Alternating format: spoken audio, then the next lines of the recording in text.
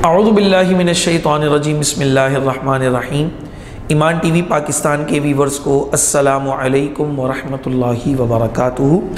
आज जो हम आपके सामने मसला लेकर आए हैं वह है कि अगर पहली रकात में यानी कि फ़र्ज़ नमाज हो या सुन्नत नमाज हो, नफिल नमाज हो, उसमें अगर पहली रकात में सूरह फातिहा के बाद सूरतुन नास पढ़ ली तो अब क्या करेंगे, क्योंकि सूरतुन नास तो सबसे आखिरी सूरत है और नमाज के अंदर सूरतों की तरतीब ये भी ज़रूरी है। इसको अगर आप भूले से छोड़ेंगे तो खैर कोई मसला नहीं, लेकिन अगर आप जानबूझकर करेंगे तो मकरूह तहरीमी होता है ये अमल। नमाज दोबारा पढ़ने की हाजत नहीं होती, लेकिन गुनाह उसका ज़रूर मिलता है। तो अब अगर किसी शख्स ने सूरतुन नास पहली रकात में सूरह फातिहा के बाद सूरतुन नास अदा कर ली तो अब वो क्या करे, तो इस पर देखें उलमाए कराम ये फरमाते हैं कि बेहतर तो यही है कि वो सूरतुन नास अगर पहली रकात में पढ़ ली है तो दूसरी रकात में भी सूरतुन नास ही पढ़ ले। इससे क्या होगा कि इससे ना ही कोई तर्क वाजिब होगा, ना ही जो है वो सुन्नत के ख़िलाफ़ कोई काम होगा। इसमें आपकी नमाज बिल्कुल प्रॉपर रहेगी। और अगर मिसाल के तौर पर 4 रकात वाली सुन्नत है, चूँकि सुन्नत में सूरह फातिहा के बाद सूरत मिलाना ये ज़रूरी होता है, तो उसमें आप अगर पहली रकात में सूरतुन नास पढ़ ली तो फिर सारी में सूरतुन नास पढ़ लें। या इसका एक तरीक़ा ये भी बताया जाता है कि सूरतुन नास के बाद सूरह बकरा की जो इब्तिदाई आयात हैं उसकी तिलावत कर ली जाए सूरह फातिहा के बाद। जिस तरह हम ख़त्मुल कुरान में रमज़ान के अंदर ये सिलसिला करते हैं, वो भी सिलसिला किया जा सकता है, लेकिन देखें वो रमज़ान के साथ ख़ास होता है और उसमें आप पूरा कुरान पढ़ते हुए आ रहे होते हैं।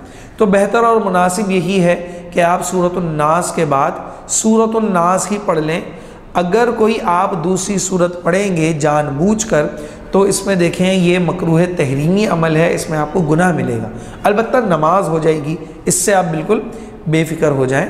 तो सूरतुन नास अगर अदा कर ली है तो आप ये सिलसिला कर सकते हैं। और यहाँ पर तरतीब का ख्याल देखें इस तरह रखा करें कि आप सबसे पहले कुरान की पहली सूरत पढ़ें, यानी कि जो पहले आयत आती है। जैसे मिसाल के तौर पर अगर सूरह फ़ील सूरह कुरैश में हम बात करें तो सूरह फ़ील पहले आती है, तो सूरह फ़ील आप पहले अदा कर लें, दूसरी रकात में सूरह कुरैश अदा कर लें, तो ये ज़्यादा मुनासिब है। और यहाँ पर मैं आपको एक और बात बताते चलूँ कि 4 रकात वाली जो नमाज़ होती है इसमें 2-2 रकात जो होती हैं इनमें तरतीब का ख्याल रखना ज़रूरी है। मिसाल के तौर पर अगर सुन्नत है या नफिल है 4 रकात जिसमें सूरह फातिहा के बाद सूरत मिलाना लाजमी होता है, तो उसमें आप जो शुरू की 2 रकात है इसमें अगर किसी ने सूरह फ़ील और सूरह कुरैश पढ़ी तो ठीक है। अब जो अगली 2 रकात हैं उनका सूरतों की तरतीब के लिहाज से इन 2 रकातों से कोई ताल्लुक़ नहीं है।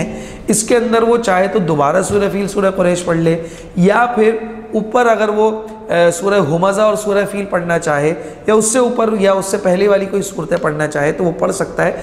लेकिन अब इन 2 सूरतों के अंदर तरतीब का ख्याल रखना पड़ेगा, यानी कि अब जो तीसरी रकात में सूरत पढ़ रहा है वो सूरत होनी चाहिए जो तरतीब के लिहाज से पहले हो, और दूसरी रकात जो है यानी कि चौथी रकात जो है उसके अंदर वो सूरत पढ़े जो तीसरी रकात के बाद वाली सूरत हो।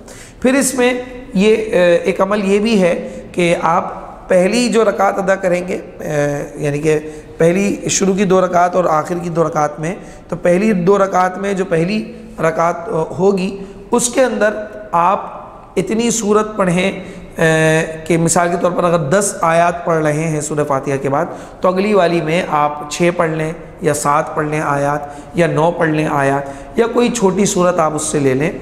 लेकिन ये सिर्फ मुस्तहब अमल है। अगर किसी ने पहली रकात के अंदर ज़्यादा आयत वाली सूरत पढ़ ली और दूसरी रकात के अंदर कम आयत वाली सूरत पढ़ ली, या पहली रकात के अंदर कम वाली पढ़ी और दूसरी रकात के अंदर ज़्यादा वाली पढ़ ली, तब भी नमाज हो जाएगी, नमाज पर कोई फ़र्क नहीं पड़ेगा। तो ये था आज का हमारा सेगमेंट। अगर आपको कोई सवाल है तो आप कमेंट सेक्शन में हमसे शेयर कर सकते हैं। व आखिर दावाना अनिल हम्दुलिल्लाहि रब्बिल आलमीन।